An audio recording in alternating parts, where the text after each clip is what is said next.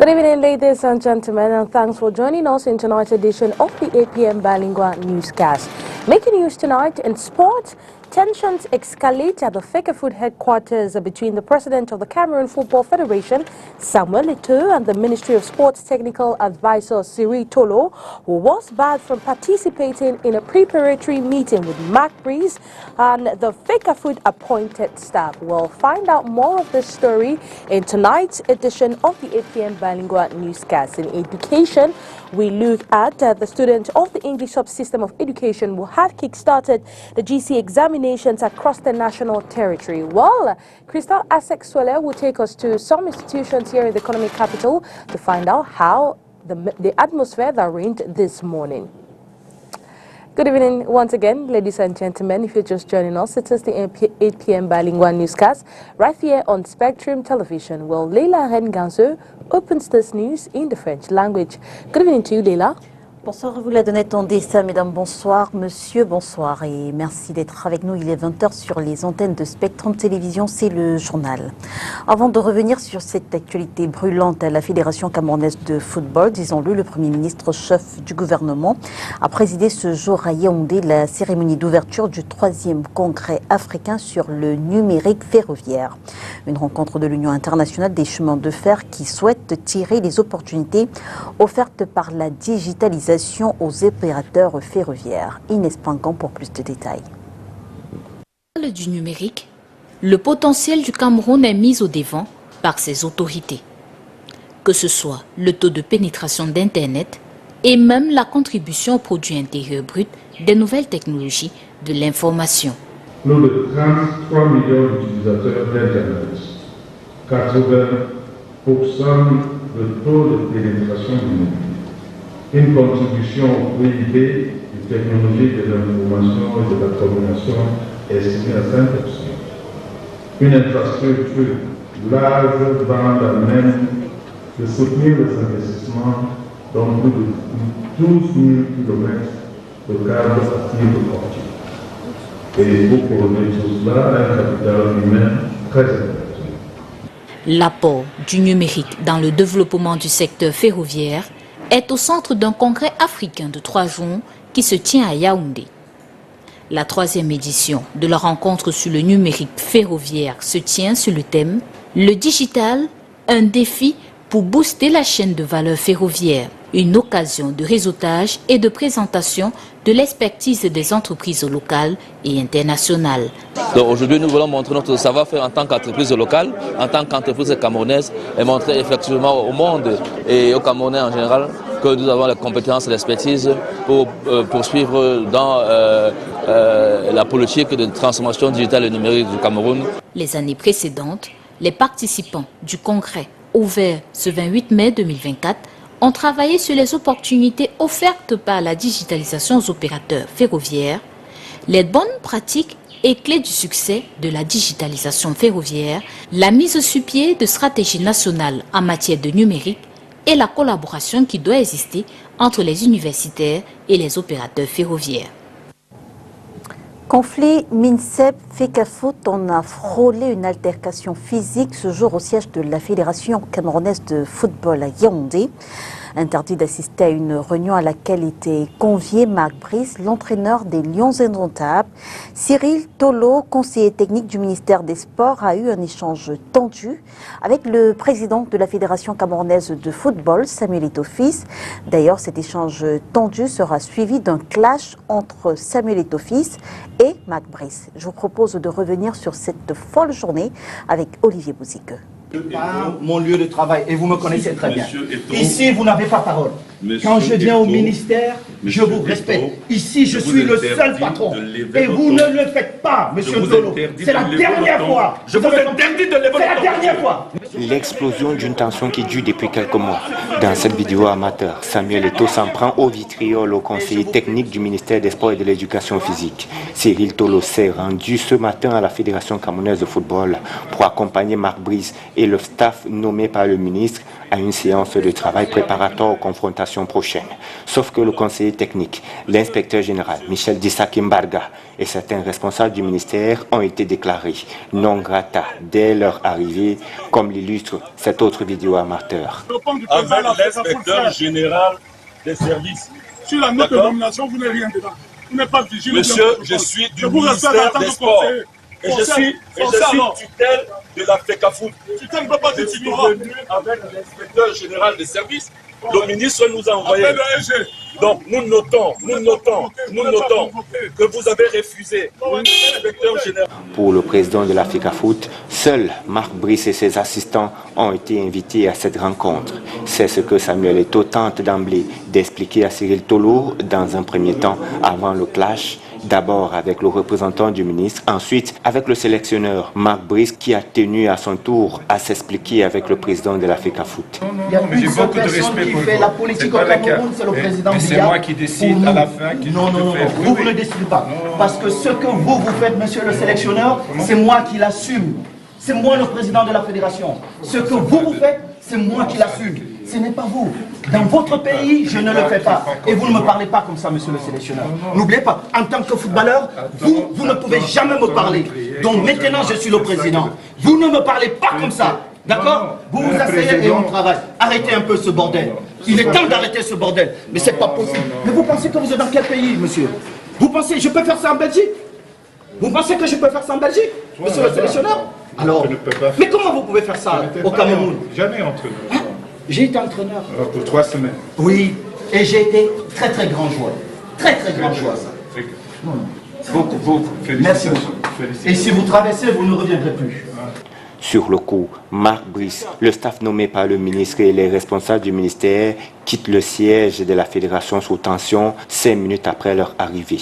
Samuel Eto'o ordonne à l'un de ses collaborateurs de convoquer urgemment un comité exécutif de la FECAFOOT à l'effet de prendre des mesures certainement disciplinaires suite à l'incident qui défraie la chronique.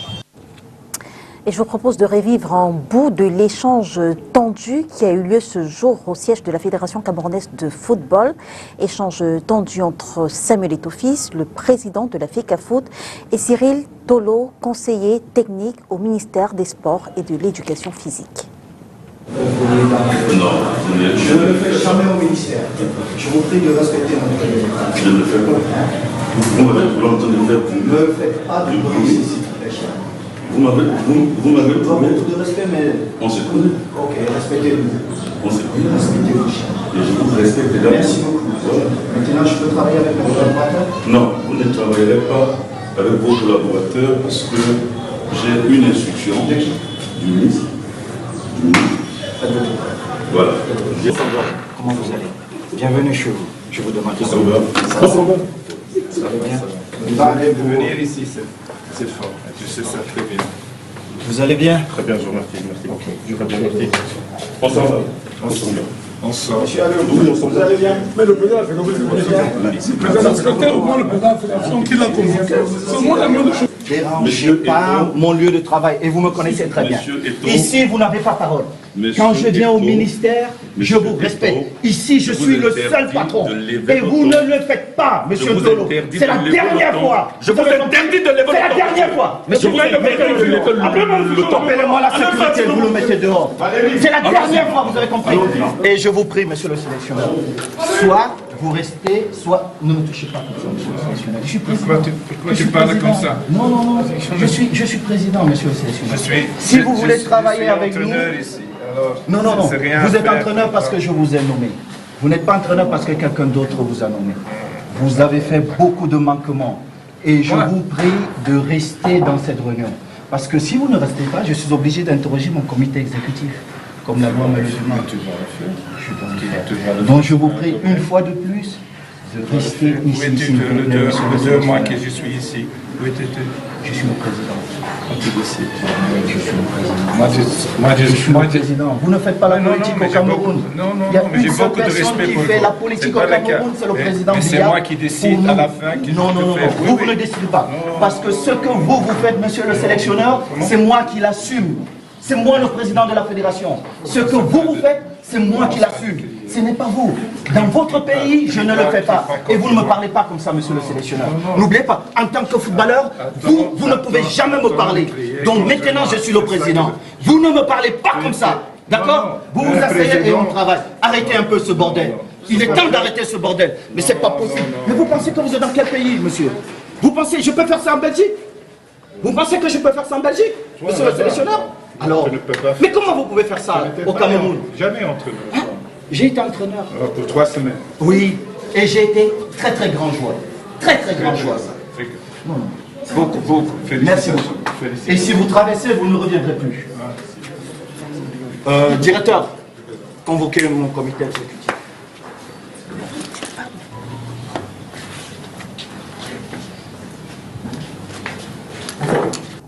Et justement, à la suite de ces tumultes, la Fédération camerounaise de football, à travers son secrétaire général, Blaise Djounan, a signé un communiqué de presse ce jour.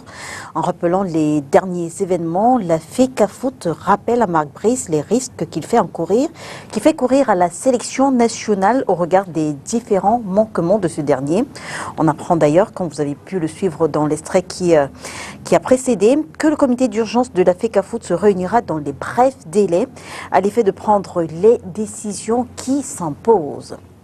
Et la suite de ce journal, c'est avec vous, Ladonette Ondessa. Indeed, Lila Renganzer, and we remain in sports where we talk about the Maracana Sports Cup of Cameroon. Well, the Maracana Cup has taken place at the Sika Bunju Sports Complex, and that was on Thursday, May 23, 2024. It regrouped villages in that zone, and the competition was won by the Myang village from the Kam Division, Littoral region. Let's go listen to this report for more details. The Myang village from the Kam Division in the Littoral region has emerged victorious in the Maracana Cup held at the Sika Bunju Sports Complex on Thursday. The tournament showcased the talent of local teams, including Myang, Mangamba, Bonanja, Nkapa, Great Suza, and even the national Maracana team. Alors, le score était de 1 but partout, mais nous nous sommes départagés au tir au but, 3 buts à 2. The score was a 1-0 draw, reciprocated on post-match penalties 3-2. It's in line with promoting the discipline new in Cameroon, so the population can get used to it and pique interest. La population s'en acclimate, les fans de foot et de sport tout simplement s'en acclimatent et prennent connaissance. Maracana, sports played on a handball-sized pitch with 6 outfield players, is gaining traction in Cameroon. Originating from Côte d'Ivoire, this dynamic discipline is captivating Cameroonian sports enthusiasts and promises a bright future for the nation's athletic community. I was the first woman to play the sport back in 2021. I brought in some of my friends to discover the game. Maracana is like futsal, played on a basketball court, handball pitch, played 6 against 6, not too much physical effort. The Maracana Cup is part of a broader initiative to promote this sport within Cameroon. These efforts are bearing fruit, as evidenced by Cameroon's participation in the Africa Cup of Nations for Maracana, held last year in Grand Popo, Benin.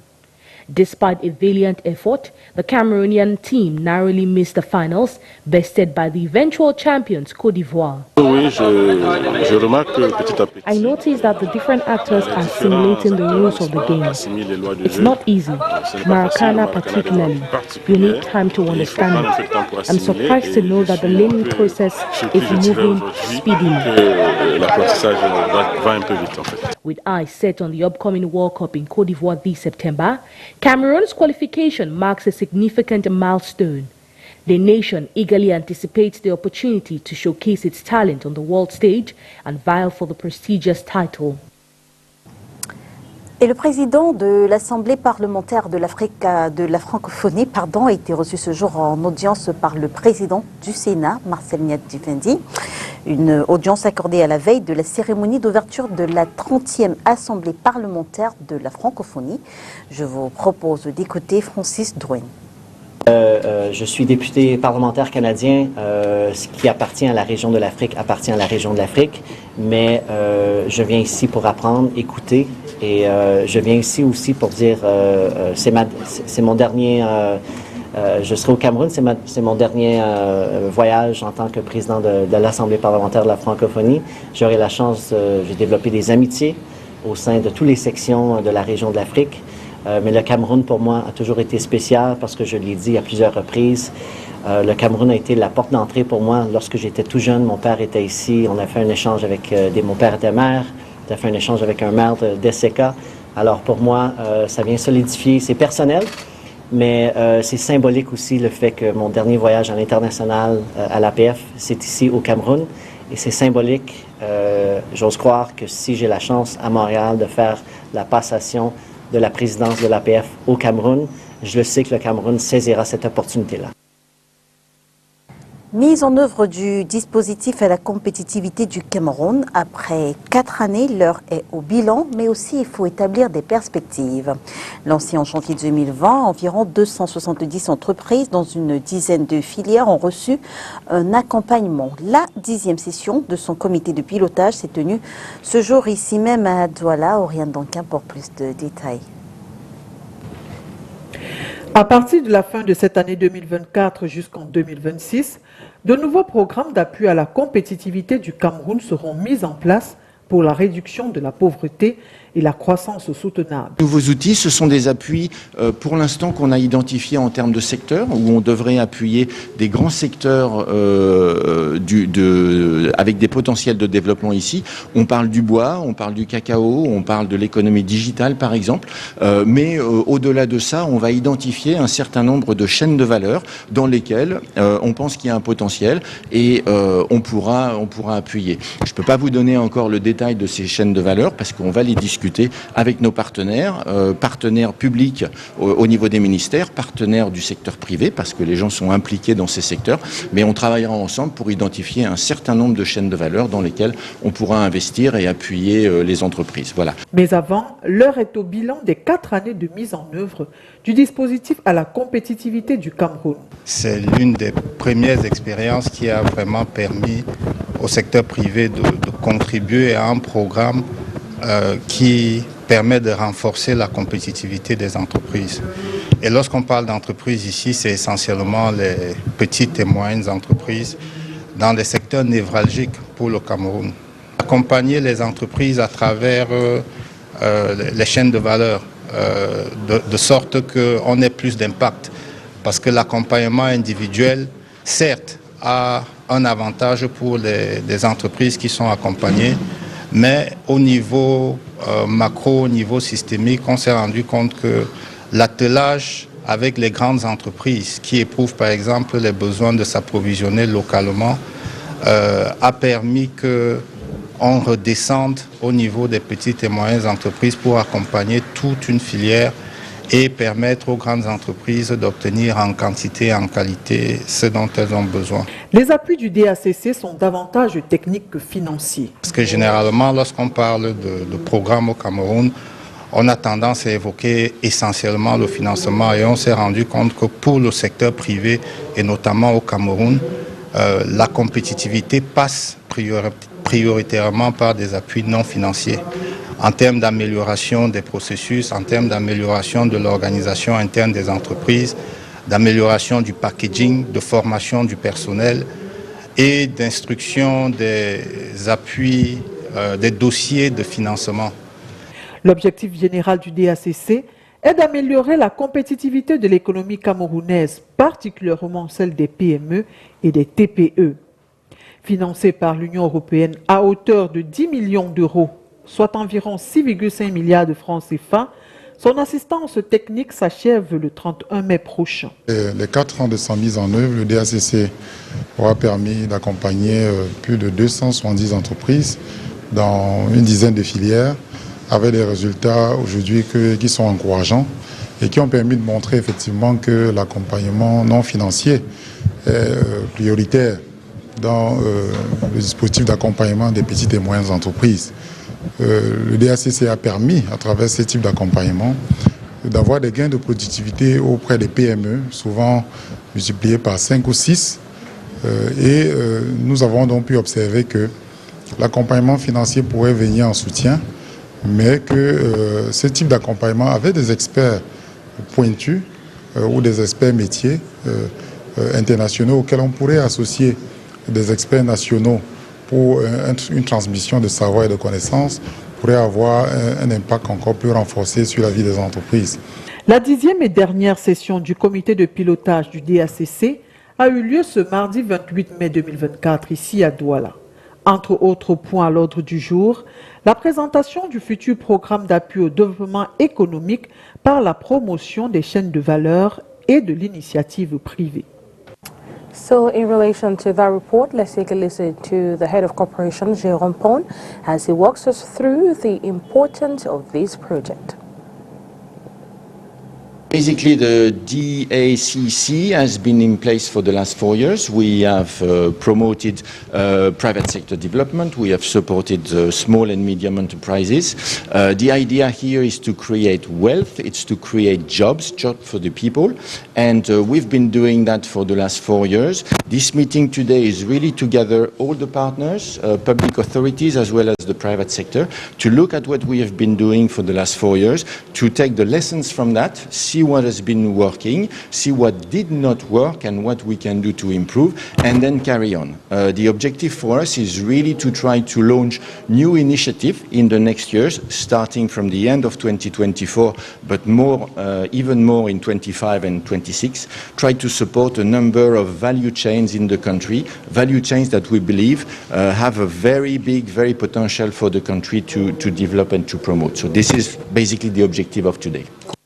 Education, just like other candidates of the English subsystem of education, well, 700 candidates have sat in for the GC examinations at the Daido Government Bilingual High School in Daido, Douala. Well, the administrative and invigilators supervising the exams that kicked off this morning at 8 a.m. say, well, everything went on smooth and hitch-free. Despite the downpour of this morning in the city, the candidates were not deterred from being on time. Well, the exams has kicked off today and will run up to June 12, 2024. News out of the country, the African National Congress has been governing South Africa since 1994, when Nelson Mandela was elected president following the end of apartheid. But as voters get ready to go to the polls on May 29, the party known for its opposition to apartheid faces dissatisfaction from some citizens who feel the party has not delivered on its promises. Let's listen to this report by our partners, The Voice of America. On the streets of Johannesburg, posters of candidates are displayed all over the city. One voter tells VOA he wants continuation and will cast his ballot for the African National Congress. Another one says he's had enough and will vote for the Democratic Alliance. 30 years of democracy is probably 30 years of policy. We need another 30 years of implementing those policies and seeing them coming through to fruition. Because they're all about change. Enough is enough. We've had enough of the empty promises. Housing, water. In a promo video, ANC leader Cyril Ramaphosa says they've made progress in meeting the basic needs of the people of South Africa. We are putting South Africa to work by investing in our people to ensure that no one is left behind. Daryl Glazer, associate professor at the University of Witwatersrand in Johannesburg, says it's going to be the closest election since the era of inclusive democracy began in South Africa in 1994. All the opinion polls are suggesting that there's a very serious chance that the ANC is going to fall below 50% of the vote and that it's going to be forced into some kind of coalition. Glazer and other analysts have told VOA that allegations of corruption, scandals and disunity within the ANC have helped the opposition gain ground, including the Economic Freedom Fighters Party led by Julius Malema, a former ANC youth leader, and the newly formed Umkhonto weSizwe Party, which former President Jacob Zuma has been campaigning for. Well, Jacob Zuma's party, Umkhonto weSizwe, or MK, has been a completely unexpected surprise. I mean, it arrived on the scene quite late in the run-up to the election and completely scrambled everything. The EFF certainly appeals to a certain audience and it's been growing. In some ways, MK is as much a threat to the EFF as it is to the ANC, if not more so, because it's capturing some of the discontented. 9 days before the election, South Africa's top court ruled that Zuma was not eligible to run for parliament because of a past criminal conviction. The ruling came 2 days after Zuma told thousands of supporters at a rally in Soweto that his MK party would help ease joblessness, among other issues, if it won. South Africa's unemployment rate has reached 32%, according to the World Bank, making it issue number 1 for many of the voters. I think our biggest challenge as a country is our rate of unemployment, which is one of the biggest in the world. I'll be voting for Action SA, and I think that party has got what we have, what we want in the country. Like now, we got a problem with the crime and there's no work. For me, it'll be poverty and unemployment. The lack of maintenance of infrastructure is another pressing issue. Nearly half of the country's 62 million people have registered to vote, says Thabo Masemola, an independent electoral commission official, and he says they are prepared to manage the vote efficiently, as they've done historically. The certified voters roll is currently sitting as 27.7 million. And we use the voters roll as the basis to prepare and plan for elections. So all the relevant election material in place. He says the IEC has accredited 160 organizations, both domestic and international, to observe the election and ensure its transparency. Mariama Diallo, VOA News.